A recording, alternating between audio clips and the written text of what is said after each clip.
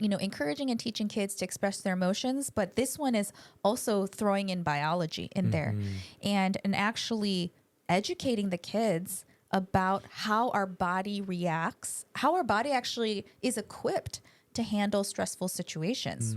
Been a few again, don't care to play young cat to keep us cold. Very nice. That is nice. This is like hammock beach vibes that we have going on here. It is. I feel like I'm there. Oh. The surf shack. I feel like I'm at the surf shack. It's very relaxing. Well, hello, everyone. Welcome to another episode of On Purpose Parents Podcast. Yay! We are so excited to be here. And by we mean, my name is Grace. Hey, I'm Chris. And we have Chris filling in for Kurt as we round out our third episode of our 3-episode series on a resilient child, Flexing. Kids. Flexing. What is our full title again? Oh, gosh. What is Flexing, that? resilient, raising, stressful. Not. You wrote this. You wrote this, producer Chris, or co-host Chris. I actually have it here. It says, Flexing Resilience, Training Kids to Overcome Life's Challenges. There it is. And you know what, everyone? I just want to give you a window, a little behind the scenes scoop. In honor of this episode, our last episode of this series, and talking about flexing resilience, Chris, prior to us turning on the camera and turning on the audio, did a one-handed push-up right here in this studio. It was very impressive. Not two-handed, but a one-handed push-up so that he could And it was flex. 20 of them. It wasn't one. Was it 20?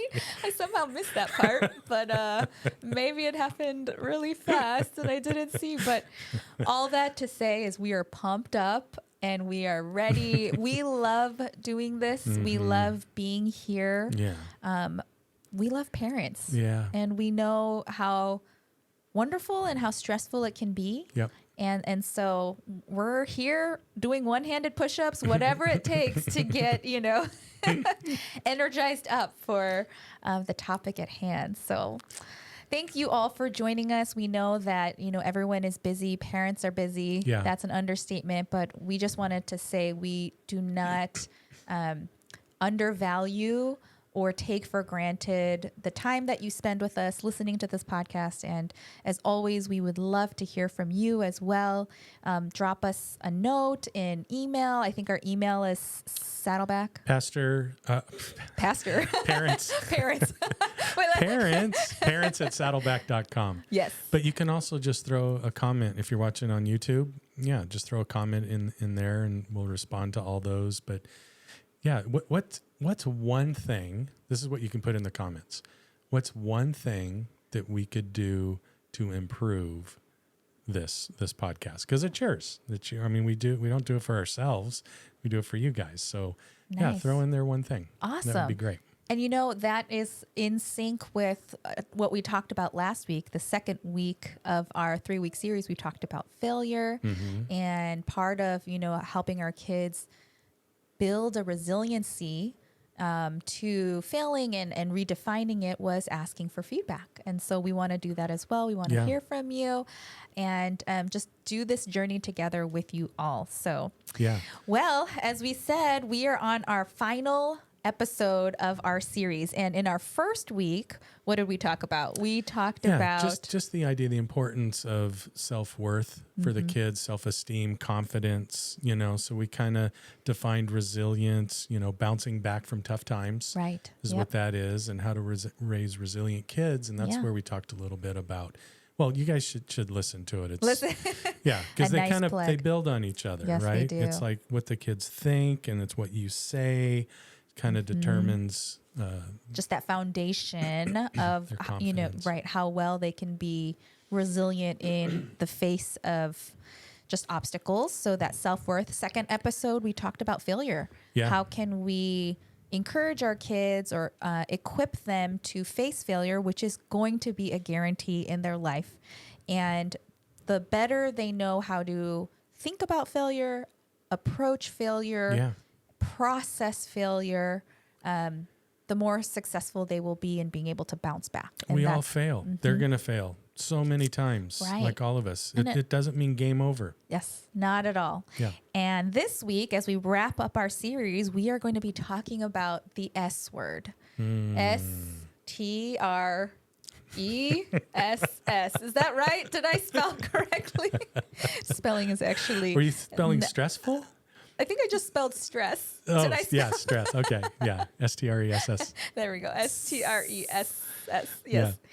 And what we want to do is, part of this series, again, being resilient, is not just learning your value, your self-worth, learning how to face failure, but how do we handle just day in and day out? Life can be so stressful. Yeah, sometimes it is. it's caused by our external circumstances, right? We're just stressed out about, something going on, or maybe it's friendship problems with the kids, or maybe it's school or performance. But other times stress generates from certain kids' personalities maybe tend to get more wired and more anxious already too, in the way that they get nervous about things, or nervous about trying new things, or nervous about putting themselves out there. And so whether it's from internal or external, stress is all around. Yeah. And as parents, what can we do to equip our kids to be able to handle that and be resilient? So that's what we want to talk about today.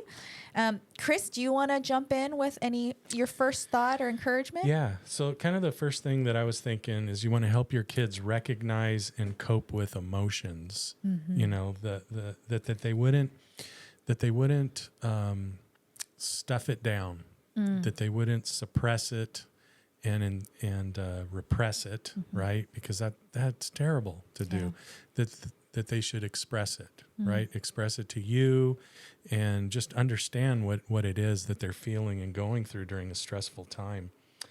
I just had wrote that it's essential for kids to identify and understand their feelings during stressful times.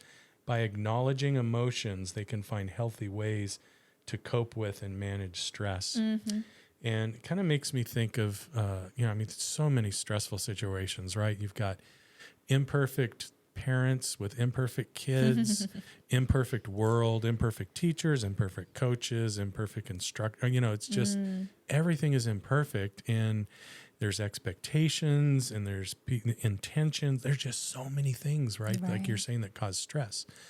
So one of the many situations in our family with Macy Joy, who's our youngest, she's 24 now, and she had a speech, a presentation that she had to give in one of her classes when she was younger, and she was so nervous about it. Right? She's so upset, and instead of like ignoring that situation, compartmentalizing it, or that kind of thing, which she would have a tendency to do, we would talk her through things to kind of help her realize that, hey, everyone goes through this, and you're not weak, or something's not broken about you if you do express. It's actually healthy to do. So express your emotion as you're going through this tough time, this stressful time, of how you're feeling. And, then she would open up and kind of talk about that. And what that does is it gives you the opportunity to share a story like that with your child. Oh my gosh, whenever I need to get up in front of people and share something, I kind of get stressed. Well, here's kind of what I do with it, And so I think expressing it to you guys and to other people who is going to care about you, offer some support and some helpful advice, is very important. And of course, again, we want to raise kids who are interdependent, not just independent, interdependent. So you're relying on God and family and other people who love you and care about you. Raise kids who are interdependent, lifelong followers of Jesus. So through their entire life, they're going to have stressful times, and that they would go to Him during that time, express it to Him during that time, where you find true peace and direction.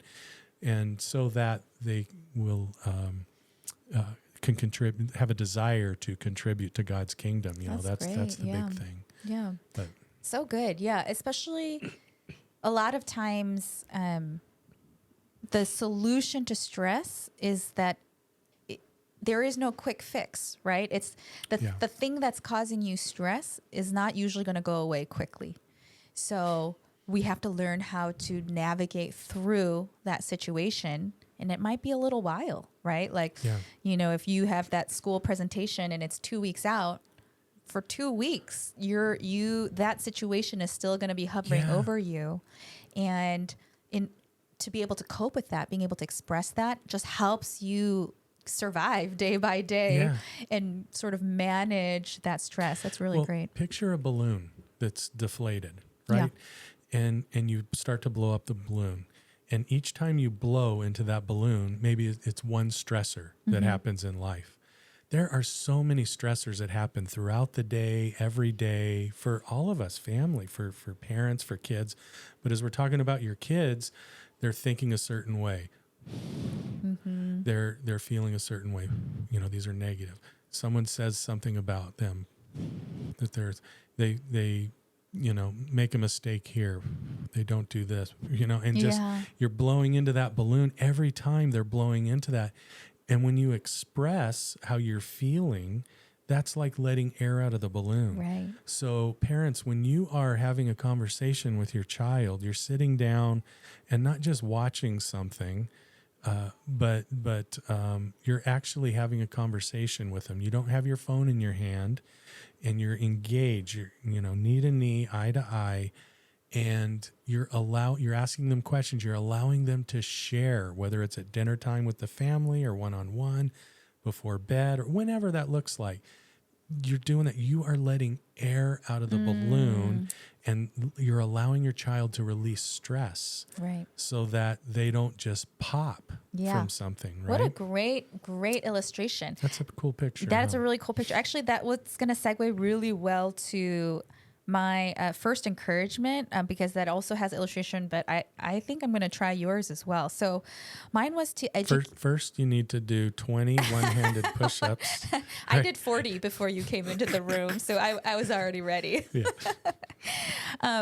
Is to educate kids about how the body works and how our emotions are impacted by stress or how stress impacts our emotions. So this is very in sync with your first thought, Chris, which is, encouraging and teaching kids to express their emotions. But this one is also throwing in biology in there and actually educating the kids about how our body reacts, how our body actually is equipped to handle stressful situations. God designed our body in this beautiful way that when there is an emergency or when there is danger, we switch, and I won't go into all of the biology here. I know families, parents know that too, but we know we switch into that fight, flight, or freeze mode. And it's a whole different, part of your nervous system that's being activated, different part of your brain, different part of your whole body that is in this mode of dealing with stress. And that actually is a great thing, because if there was a bear chasing you down, you want to be in that mode to, kind of get out of trouble, to have the energy, the adrenaline rush, or whatever it is to be able to get yourself out of danger. I call this the lizard brain with our kids, but because it is effective for a certain purpose, but it also isn't the state where you're thinking the most clearly or calmly. And if you are constantly in that state of mind when maybe there isn't such a danger, but just because you are creating or you are reacting to a situation as if it's grave danger, and that's how you're processing it and feeling stressed, your body doesn't know the difference between real danger and or perceived danger, and you're just in this lizard brain mode. And if you're in that too much, it is a toll on your body, because you're not supposed to be in that fight, flight, or freeze mode too long. So we teach that to our kids, and kind of give illustrations. And one example is very similar to your balloon, but we actually did this once. So we pulled out a tray and we had like a jar of water and another cup. And we talked about how during the day, there are things that add stress to our our cup. We'll say this is like our energy cup, our level of peace. Yeah. And so we made it like an interactive thing. Like, what's something, you start off in the morning, you start off fresh, the sun is shining, the birds are chirping, and your sister's late again, and you're trying to get out the door. This is to Karis. You're trying to get out the door, and Zoe's late again. And we pour a little bit of that water into that empty jug. Yeah. It's a little bit of stress. That's good. And then Zoe, you're just enjoying your breakfast, and Karis is telling you it's time to go in like 10 minutes. It's time to go in 9 minutes. It's time to go in 8 minutes. And you feel pressure. And for Zoe, pressure makes you stressed. So we pour a little bit into her cup. So we did this illustration where we talk about what are the things that create that stress, and then eventually that cup overflowed. And we talked about how sometimes your body reaches that point where it's carrying so much stress that it'll just overflow and create this mess and create this stress. But there are ways throughout the day, like you were saying, if you can let some of that water out, if you could find a way, then in a controlled way, find a way to release some of that stress, you won't overflow. And then we also talked about how, that example was like little bit of stressors building up over time. Yeah. But we also use that as an example. And parents, if you want to do this, you could do this too, is sometimes there are certain topics that isn't just a little bit of water. It's like the whole thing gets dumped in. Yeah. And so some things you might have, like, you're able to tolerate stressful things little by little, and it just builds up over time before you kind of overflow. Yeah. And you have some time to decompress and maybe release stress. But there might be some triggers or some topic or some level of something that you're super sensitive to. And this happened to Karis recently about a certain topic, especially as she's going through like a lot of changes in her age and puberty and all this stuff, that it was just like, boom. It was like we dumped the whole water bottle in. It was like, whoa, like that was fast. Yeah. So it wasn't just a small like stress builder. It was like, but I think my point here is if you have those kind of conversations, whether it's blowing up a balloon, letting it pop, or filling a cup of water or pouring water into a jar, it really helps educate them on, oh, this is what's happening. Yeah. And then it creates a framework for when these stressful things happen, it creates a framework and a vocabulary for you to debrief with your kids. Like I've been able to say, oh, sorry guys, I was totally in lizard brain mode there. So I apologize, but I was not thinking clearly. Or sometimes we were able to say, wow, Karis, you were total lizard braining, right? She's like, yeah. What was going on? It just kind of creates like, and how can we, what can we do about that? Let's talk about it. So again, just education, biology, that can all be very helpful in helping kids be aware of the things that they're experiencing in their own bodies. Yeah. And so they don't feel like it's just this scary thing or uncomfortable thing that's happening. They can put a word to the physical reality and then create a path to have a further conversation. Yeah. That's awesome. So as we're talking about empowering kids to thrive during stressful times, also help them build resilience through adaptability.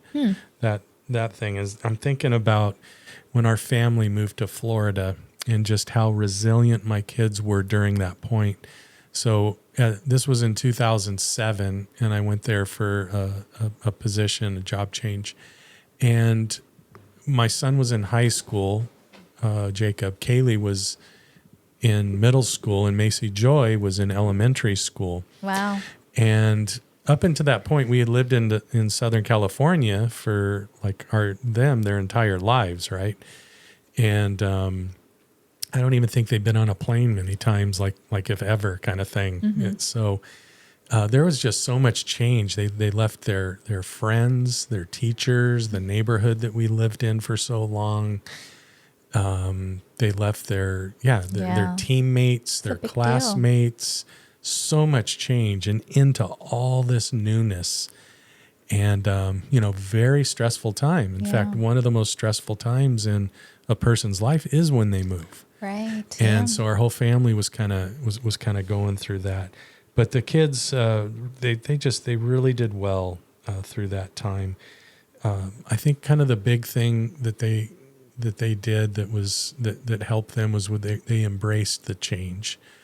So they weren't so focused on everything that they were losing, everything that they were leaving behind, and they were more focused on, hey, here's new friends that we'll get to make. Here's new adventures and experiences we'll get to have as a family, that kind of thing. So, yeah, so there was a lot of excitement and nervousness and things like that. But again, just being how important it is to be a parent who's present and talking through their emotions about all this was pretty big. But yeah, there's a great scripture in Psalm 34:17-18. Again, just thinking about helping our kids connect regularly with God, even without you being present, that they can do that on their own. The Lord hears his people when they call to him for help. He rescues them from all their troubles. The Lord is close to the brokenhearted. He rescues those whose spirits are crushed. And that's just a benefit of having a relationship with God and teaching your kids what that looks like. So it's not this religious things. It's they have a friendship with God, a relationship. He's their perfect heavenly Father, and connect with him and express your feelings to him. Allow him to bring that peace into your life. Beautiful. Yeah. And the fact that you have been doing that and that you did do that as a dad, I think can help open their hearts to doing that with God as well. Sometimes we're not perfect as parents. Many times we're not perfect. Oh, yeah. But the times where we do encourage them to be open and honest, our children to share with us, that does also, I think, translate to how open they might feel and how they see God in their young age as they develop their own relationship. So that's really great. And allowing them to go through those types of things, knowing that change is hard. Yeah. It's super hard. Right. Even though it may be. But not just trying to be like, get over it right now. Rub some dirt on Yeah, it, toughen up. type thing. It's no, it's tough. It's tough for all of us, but we're in this together. We'll work through this together. Let's stay in communication with each other about how we're feeling, how we're doing. And, I remember just feeling so bad with Jacob at his high school for his first, maybe first few weeks at least there. He was having lunches by himself. Oh, yeah. And he was the kid at the table by himself. By himself. That's so rough. And, he goes from having all these friends and stuff. So him sharing that to me, that broke my heart when he was doing that. But you don't want him to give up on friendships, give up on life, give up on school. And it's like, hey, I know it's going to be tough. Tough times don't last though. And you'll come out stronger. Let's make the right decision. So it's being engaged Coaching and them, encouraging them through those times. And then they're going to be adults. As they go through change, they'll be able to, remember these types of things. So. Yes. Amazing. My second encouragement actually is just a compilation of different tools that you can use as your kids start to learn to recognize stress in their bodies as they become more in tune with what's going on. Maybe if they find themselves going into lizard mode, what are some practical techniques or tools? So I just have a few of those. The first few is if it's more of like an acute stress, like they're kind of in this more heightened stressful lizard brain mode. So these are not necessarily to eliminate the stress, but it's more to get them to help your kids get to a more calmer state where then you can process the situation a little bit more clear-headedly. So I think when you're more in acute stress level, breathing exercises, I feel like a lot of times we talk about that as adults, because as adults, we're stressed with work, we're stressed with family, we're stressed with our health.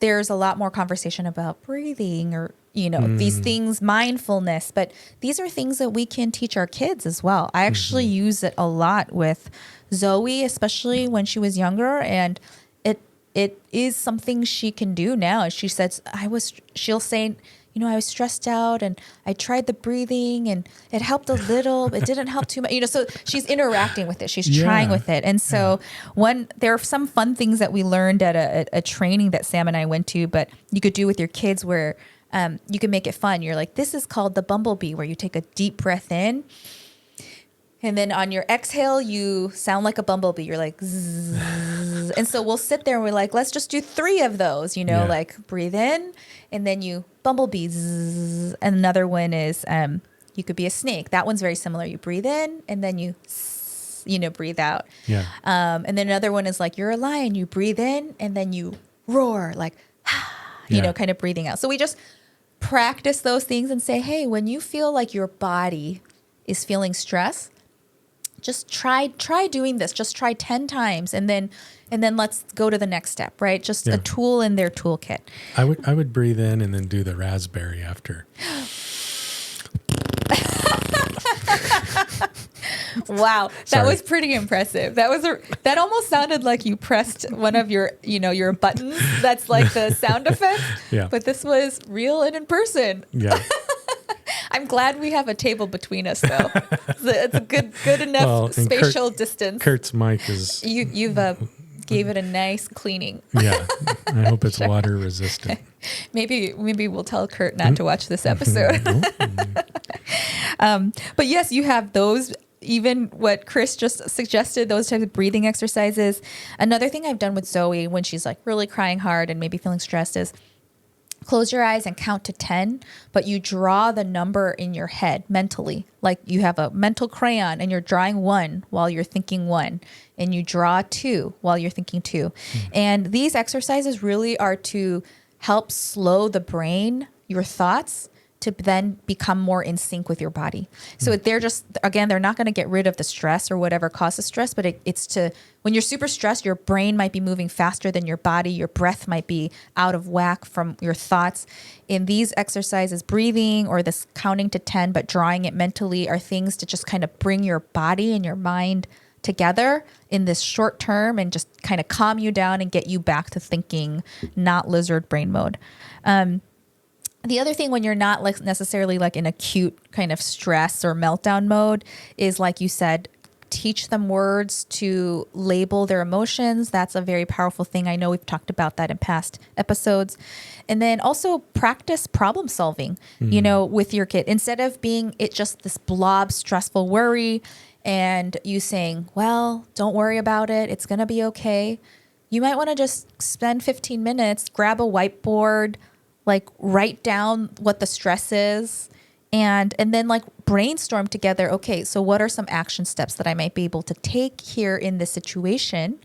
So we've done that with our kids. And the other thing is fear mapping. Part of that brainstorm could be, what's the worst that could happen? I know you're really stressed out about this test, but let's just say, we talked about things that you can do. What is it that's really actually making you worried? Is it the test? Is it not feeling like you have enough time? Is it performance anxiety? Is it pressure?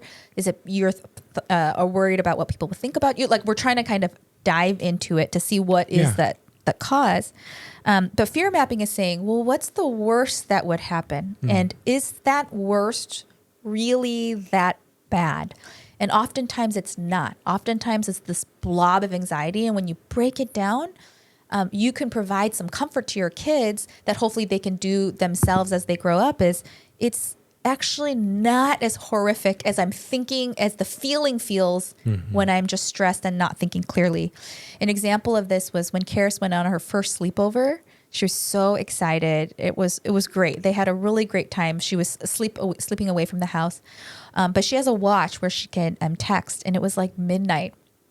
And she texted me, and she's like, I can't sleep. Everyone else is asleep, and I'm crying.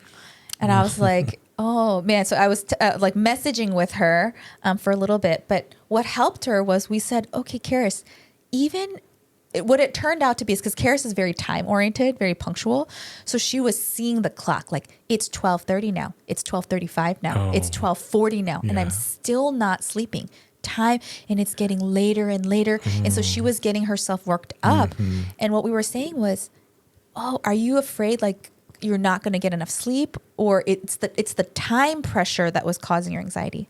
So what I had said then was, Karis, even the worst case scenario, which is not going to happen, but even if you don't sleep a wink, which is not great, but if that were to even happen, it's okay. You'll just come home. We don't really have anything going on tomorrow. It's a summer.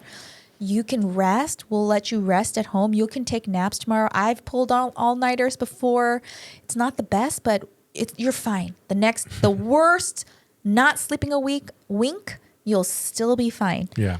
And I think just that, the worst that could happen is not that bad. And then she fell asleep right away after that. So I think that's just so like good. another exercise you could do too with your kids is, teach them and walk with them. Like you said, when you're moving, your presence there is the most important thing. Is how can you walk with your kids through these stressful situations? And it may not get solved right away, but these small tools that you teach them can be things that build with experience over time.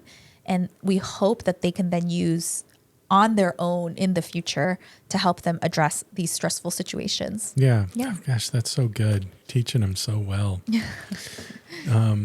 The last thing I was going to say is just helping your kids find strength and hope, and letting them know that there's always hope. You're never alone. We're always here for you. People are always there for you. God's always there for you. There's always hope, and don't lose sight of that. And that's something that you keep their eyes focused on. That's something that really helps people, adults and children alike, going through it, to just know that there's light at the end of the tunnel, right?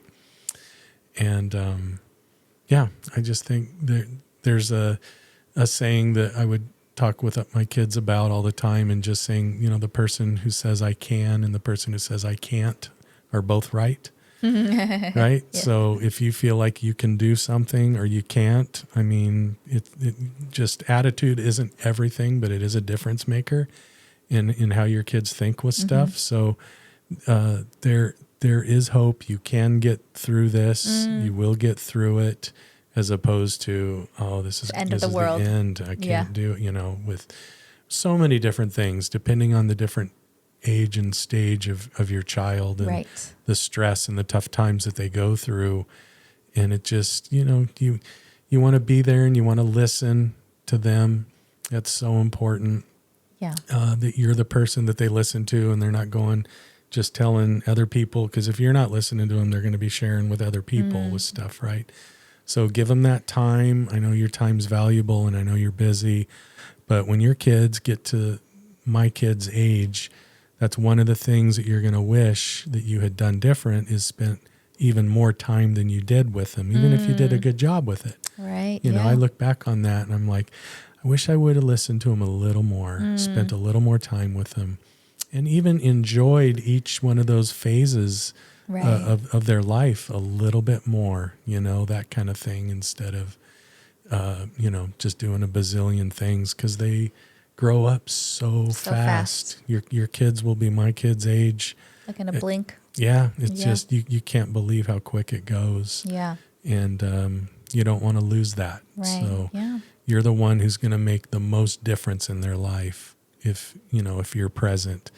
And you'll never regret that, the time you spent with your kids. That's beautiful. Yeah. That's a great reminder on perspective, both giving your kids perspective on having hope, but also as parents having perspective that even we're stressed. This parenting is stressful, but it goes by so fast, and we can find the good in the situation, maybe not the thing that's causing stress, but there are other good things in the situation, and not to forget to enjoy those things as well, and being present. So thank you for sharing that. My last point really is a quick one. It's just saying, if your child you feel is maybe more stressed, or in a season of more anxiety or stress, to ask yourself, are they having enough downtime and playtime? So as parents, it's not all just, kind of this mental conversation that we've talked about, or education,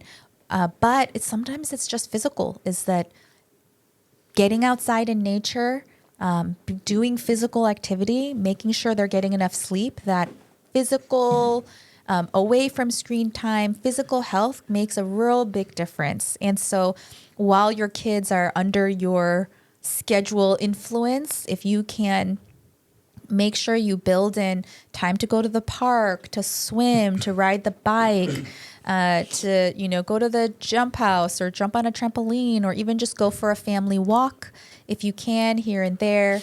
And maybe if your child is particularly stressful, kind of being more strict about making sure they're getting enough sleep and building in that routine, just being in nature, fresh air, away from the screen, physical activity.